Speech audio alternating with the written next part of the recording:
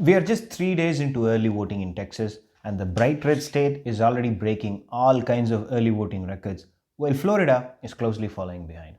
In Texas, nearly 27%. I had to triple check the numbers to be sure I was seeing them right, and they are right. Texas is already at 27% of 2016 presidential election turnout, while Florida is around 25%. If this rate holds, we could see around 50% of 2016 numbers in before next Wednesday in both the states.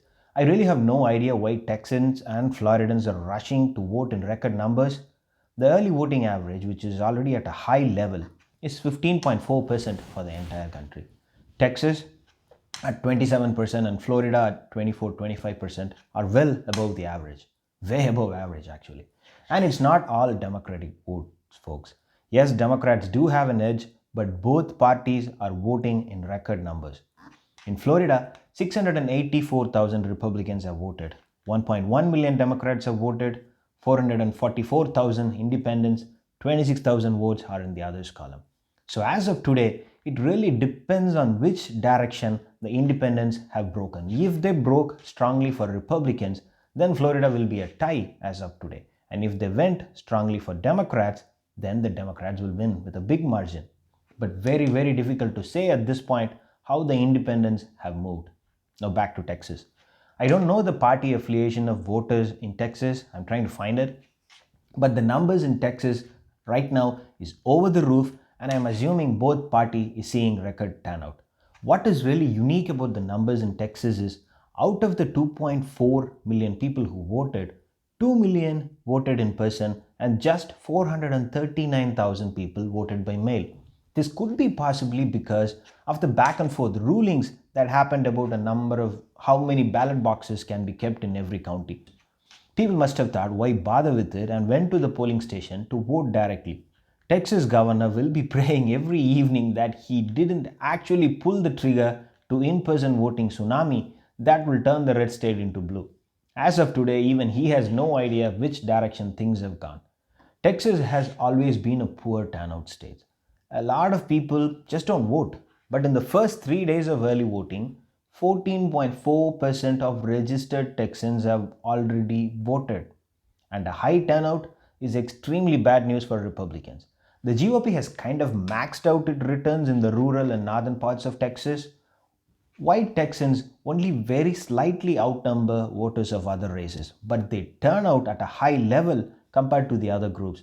And that has been the key to Republican success in the state for a very long time, and it remains valid even to this day. But things are changing. Yeah, the number of eligible white voters as the share of voters in Texas has gone from 62% in 2000 to 56% in 2010 and 51% in 2018. I don't have the numbers for 2020, but I'm sure that it's possibly below 50% or at 50% this year. As the share of white voters dropped from 62 to 51, Hispanics grew from 22 to 30%, black voters grew from 12 to 13, and Asians increased from 2% to 4%. Texas is a tinderbox waiting for the one spark. Beto O'Rourke almost gave it the spark, but it slipped out of his hands. And if you had noticed, in the 2018 Senate election in Texas, nearly 8.3 million people turned out to vote, which is an abnormal number for a midterm election. In 2014, just 4.6 million people voted in the Senate race. The 2018 midterms in Texas saw nearly presidential election type turnout, just missing it by 600,000 votes. If turnout had increased further in 2018, how close could Beto have got? Or maybe he could have won, no one knows. But it should also be noted that Ted Cruz also got Republicans to turn out in high numbers. I think that trend might as well be happening right now in Texas, where both party candidates are flocking to the polling booths in record numbers. The only warning I have for the Republicans is if the turnout in Texas goes extremely high, possibly breaching 10 million or something, then Democrats have a better chance to win because the Republican voter base does not have a lot of room in Texas to move higher, but the other side has. Is the first few days of early voting in Texas and record number of ballots mailed in Florida is an anomaly or is it a trend? I think it's a trend, and we will know in exactly a week's time, because at this rate, Texas might see 5 to 6 million votes in a week's time, when Florida might double the current numbers in another week. So let's meet again next Friday. As of today, we are at 15.4% of 2016 turnout, and we still have 17 days to go. So thanks for watching. If you like the content, please subscribe.